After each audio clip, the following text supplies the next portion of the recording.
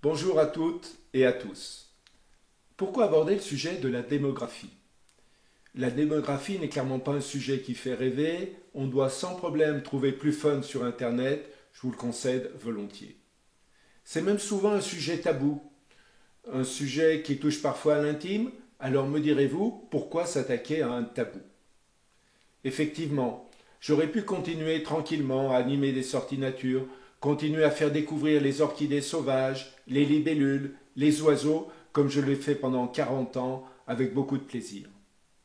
Il n'est d'ailleurs pas exclu que nous réalisions ensemble quelques vidéos pour partager quelques instants de contemplation de la biodiversité, et il y a de quoi faire.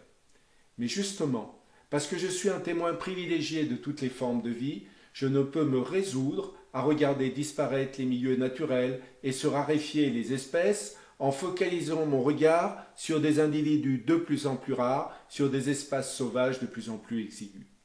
Je ne veux plus chercher à isoler des morceaux de paysage en tentant de faire abstraction de toutes les artificialisations, de toutes les balafres.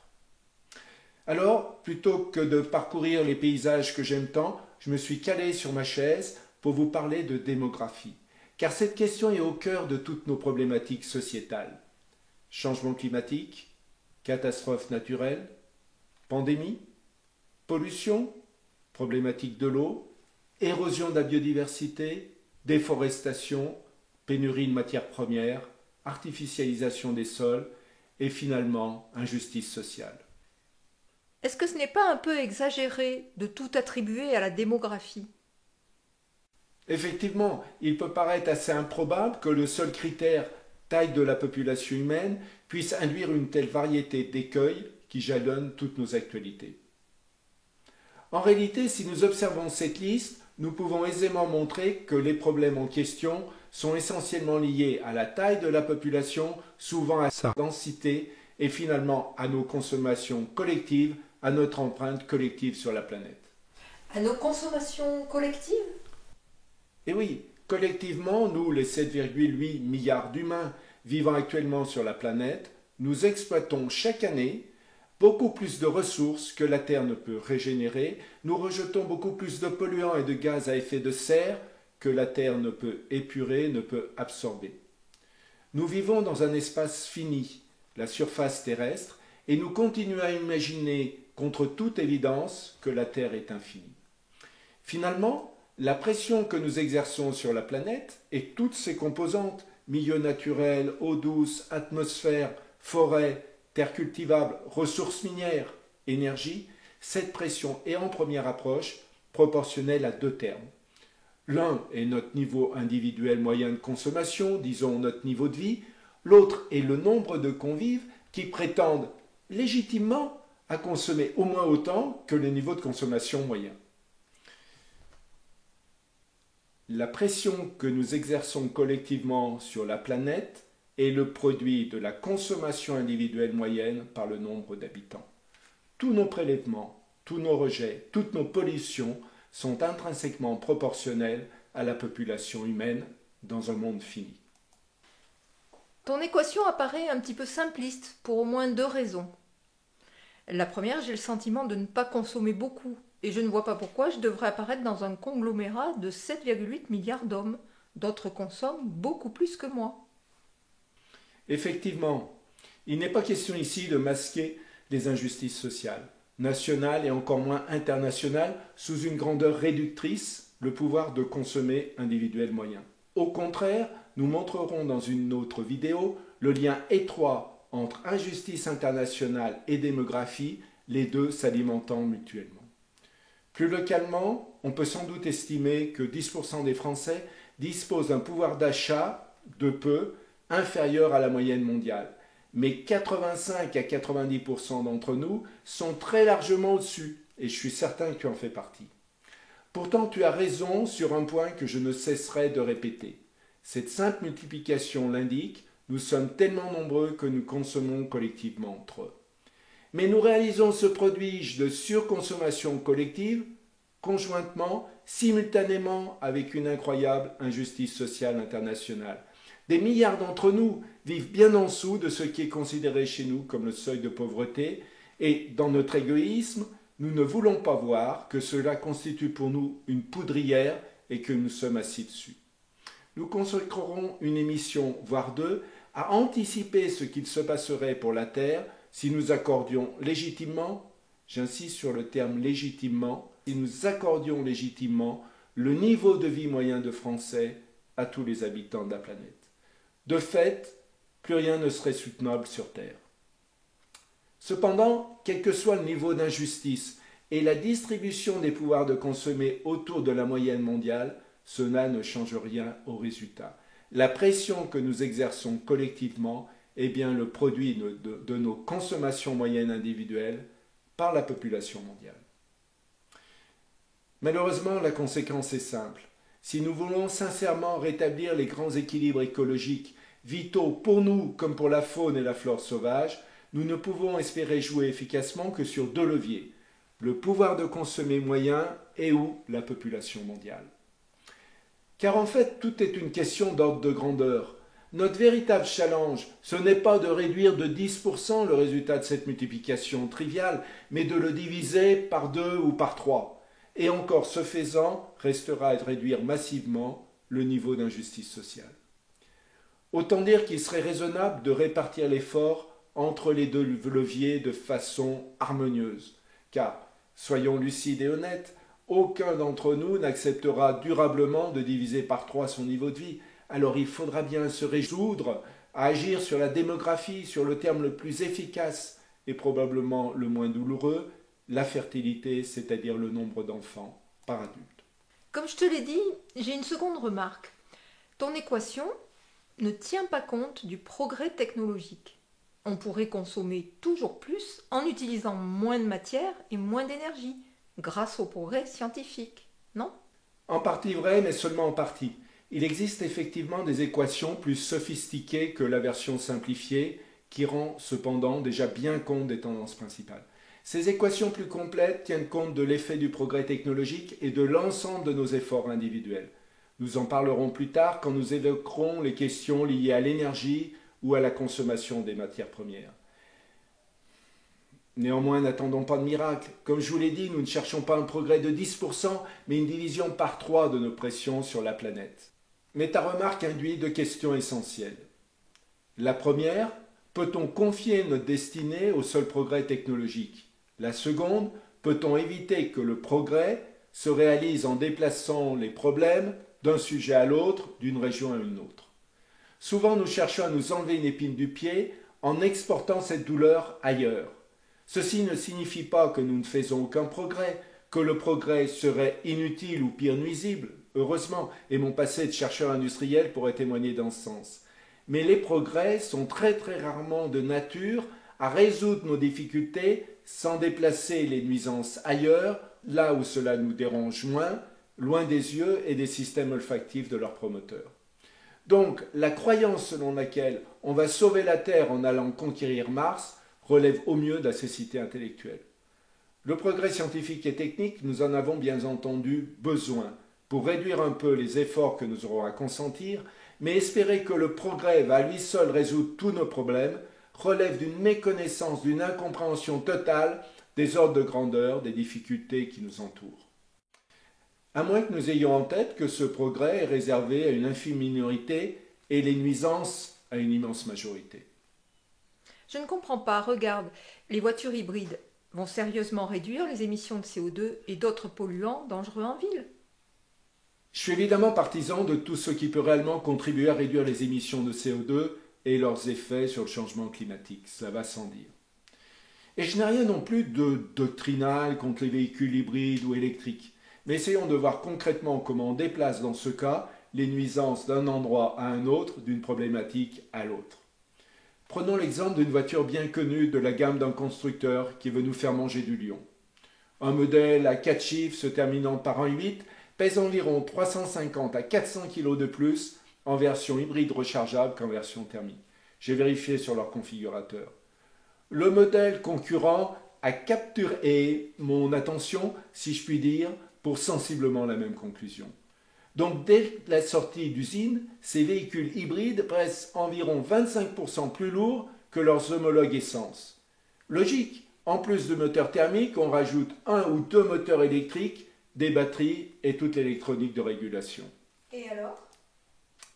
Et alors? Eh bien, jusqu'à présent, c'était vrai il y a 100 000 ans et ça le sera encore dans 100 000 ans, l'énergie cinétique est proportionnelle à la masse. Donc, même si on récupère une partie de cette énergie au freinage, la quantité brute totale d'énergie à dépenser est probablement supérieure pour faire rouler le véhicule qui d'ailleurs, bien souvent, roule en mode thermique plutôt qu'en électrique. Que cela plaise ou non, cet excédent d'énergie à apporter sous forme électrique, surtout sur les véhicules rechargeables, il faut le produire quelque part. Si vous le produisez par de l'éolien ou du solaire à terre, vous fragmentez dangereusement les derniers lambeaux de milieu naturel, vous artificialisez les sols, excusez-moi l'expression, vous bousillez nos paysages déjà durement frappés par le réchauffement climatique. Et ce n'est pas parce que vous mettez les éoliennes en mer, loin de votre vue, que cela change quoi que ce soit au problème, vous l'avez juste déplacé. Et même si vous faisiez quelques pourcents d'économie d'énergie, le pire serait ailleurs.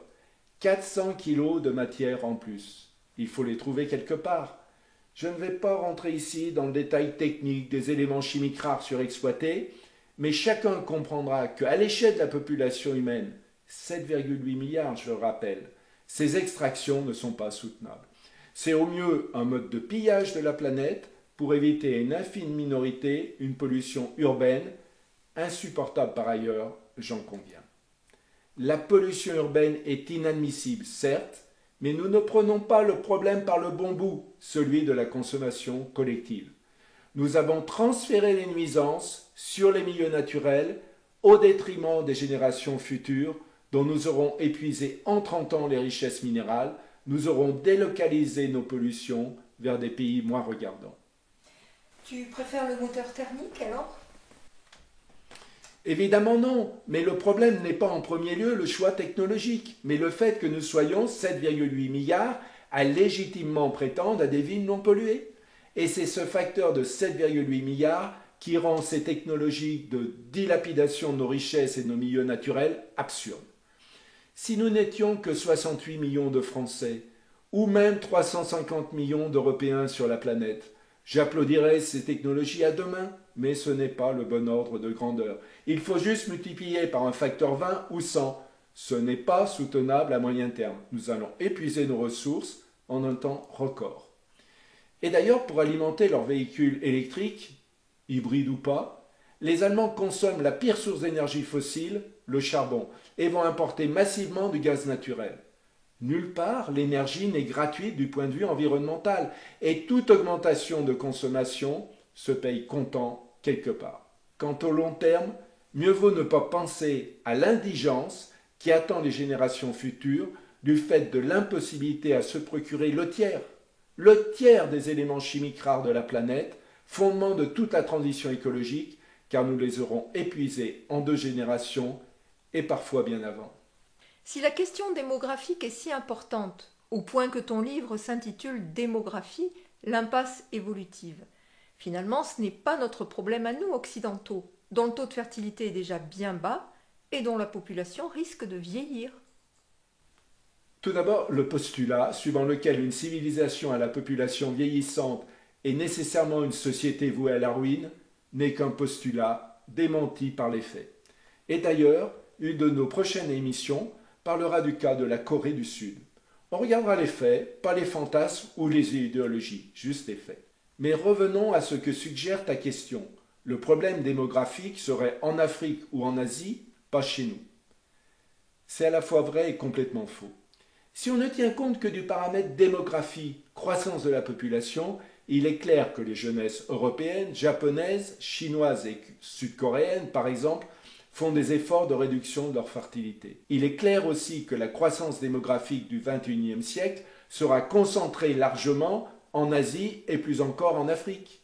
Mais il ne faut pas oublier que la démographie ne représente qu'un des termes de la pression que nous exerçons sur la planète et que l'autre est notre consommation individuelle. Et de ce point de vue, une naissance en Occident pèse aussi lourd que 10 naissances au Nigeria. Donc l'effort démographique doit être fait partout. En Afrique, bien sûr, pour le terme population, et donc consommation future, et en Occident, à cause du terme multiplicatif, consommation individuelle, qui chez nous est immédiate. Partout dans le monde, nous devons réduire drastiquement et rapidement la fertilité, c'est-à-dire le nombre d'enfants par adulte, mais il est vrai, pas forcément pour les mêmes raisons. D'ailleurs, il serait un peu facile de nous poser en modèle. Aujourd'hui, des efforts considérables sont réalisés pour réduire la pression démographique par le Bangladesh, par l'Éthiopie, pour ne citer qu'un pays asiatique et un africain. Sais-tu qu'à Addis Abeba, capitale de l'Éthiopie, le nombre d'enfants par femme est proche de 1, alors qu'il est encore bien supérieur à 1,8 en France. La France est le pays occidental le plus nataliste et rétrograde du point de vue de la question démographique. Nous serions donc malvenus de donner des leçons sans réaliser des efforts considérables chez nous. L'Éthiopie, tu m'étonnes. Comment cela est-il possible? En réalité, lorsque tu donnes un bon niveau d'éducation et un accès décent au planning familial et à la santé reproductive par une politique volontariste et clairement fléchée, tous les hommes et les femmes du monde réagissent de la même façon lorsqu'ils expérimentent les mêmes types de conditions de vie, par exemple urbaines. Soumis aux contraintes du travail salarié, de la petitesse des logements, du temps de transport en commun, les Éthiopiennes des villes réagissent comme les Chinoises de Shanghai et comme les Italiennes ou les Coréennes. Seule une vision raciste héritée du XVIIIe siècle peut entretenir le mythe que les Africains ou les Asiatiques seraient par nature voués à faire des familles nombreuses. En fait, cela nous retourne une image peu glorieuse de nous-mêmes. Que faisons-nous pour aider l'Afrique à donner à chaque femme la possibilité d'accéder matériellement à la contraception, à l'avortement s'il est souhaité, à la santé reproductive et à un travail décent et rémunérateur? Que faisons-nous pour aider l'Asie à se doter des moyens d'une protection sociale pour les vieux jours de ses travailleurs? Si nous y parvenions, la question démographique mondiale se résoudrait à convaincre les politiques français de rompre avec leur politique nataliste. Cela devrait être possible. Mais finalement, est-ce que tu ne fais pas une erreur de raisonnement sur le caractère fini de la Terre? Non que je ne sois pas persuadée que la Terre a une surface finie, mais que cette surface est loin d'être saturée par la présence humaine. Effectivement, en regardant bien depuis l'espace, nous pouvons encore trouver des endroits où, sur quelques centaines de kilomètres vers les pôles, nous ne trouvons pas d'occupation humaine ou d'artificialisation. Mais en pratique, tout l'espace raisonnablement exploitable est maintenant conquis, occupé et exploité par l'homme. Chaque jour, des pans de ce qu'il reste d'espace naturel, pourtant déjà très fragmentés, disparaissent pour faire face à de nouvelles habitations, à de nouvelles mines, à de nouvelles industries, à de nouvelles cultures, à des éoliennes, et cela jusqu'en mer. La déforestation atteint des proportions dramatiques, la biodiversité s'effondre. Alors oui, nous pouvons peut-être aller encore plus loin vers l'absurde, vers la destruction finale de nos services écosystémiques, tous ces services autrefois gratuits que nous rendait la nature. Mais jusqu'où? 10 ans, 30 ans de plus? À quoi bon reculer encore pour se rendre la tâche d'un retour à la sagesse encore plus difficile? Nous sommes sous bien des aspects au bord de l'effondrement des écosystèmes terrestres et marins dont nous dépendons pour notre survie, pour notre alimentation. Définitivement, nous sommes au bout du rouleau. Nous avons attaqué depuis longtemps notre capital, celui hérité de millions d'années d'évolution naturelle. Nous vivons à crédit, nous sommes surendettés et pas au sens financier. Clairement, nous sommes en train de manger le blé en herbe. La pire erreur est de penser que tant que nos assiettes sont pleines et nos smartphones chargés, tant que les catastrophes climatiques touchent nos voisins, tout est normal. Car nos consommations se font dorénavant toutes à crédit en épuisant les derniers milieux naturels, les dernières ressources minérales. Et croyez-moi, il est bien plus tard que nous l'imaginons. Ce n'est pas du dernier gadget technologique dont nous avons besoin pour sauver la planète, pas plus que d'un changement de type de politique politicienne, mais d'un changement d'ontologie. Tu peux préciser? Oui, de philosophie des relations homme-nature, si tu préfères. Nous devons changer de mentalité, prendre conscience que l'homme n'est pas le centre de l'univers, pas plus que le Soleil n'est le centre de la galaxie ou la Terre le centre du système solaire. Nous devons renoncer à l'anthropocentrisme. Il en va de la survie des écosystèmes, et par là même de l'humanité, ou plus exactement de notre conception humaniste de l'humanité. Si nous voulons sauver nos idéaux démocratiques, nous devons faire évoluer l'humanisme vers une conception plus large qui accorde plus de droits, non seulement à l'homme, mais aussi au reste du vivant, flore et faune sauvage. C'est à ce prix que nous pourrons renouer avec les services écosystémiques, retrouver la quiétude que nous inspire la nature, la sérénité et la confiance en l'avenir, et que nous laisserons un monde viable aux générations futures. Seul le retour à une population moins pléthorique, plus diffuse, nous offrira un monde plus vivable et désirable, un monde d'harmonie avec le reste du vivant. Tu nous parleras de cela plus en détail ? Bien sûr, nous aurons l'occasion de détailler chacun de ces aspects dans les vidéos suivantes. Alors à bientôt. Au plaisir de vous retrouver.